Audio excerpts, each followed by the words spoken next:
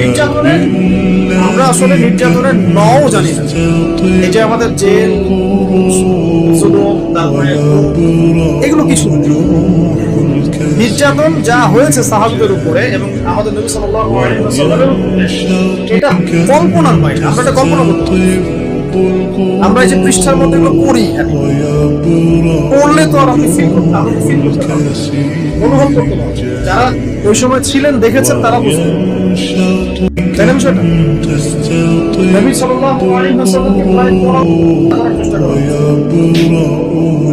এবং তাকে মোটামুটি মানুষ প্রায় 15-16টা গালি দিয়েছে। কাকে গালি দিয়েছে? এমন একজন মানুষকে যার সামনেও কোনো গোনা নাই, পিছনেও কোনো গোনা নাই, যিনি তার সমস্ত পরিশ্রম করছেন উম্মার জন্য, তার নিজের স্বার্থে নয়। তিনি তো যাবেন মাকামে মাহমুদে, তিনি তো একদম জান্নাতুল ফিরদাউস, তার তো কোনো হিসাবও নেই। তাহলে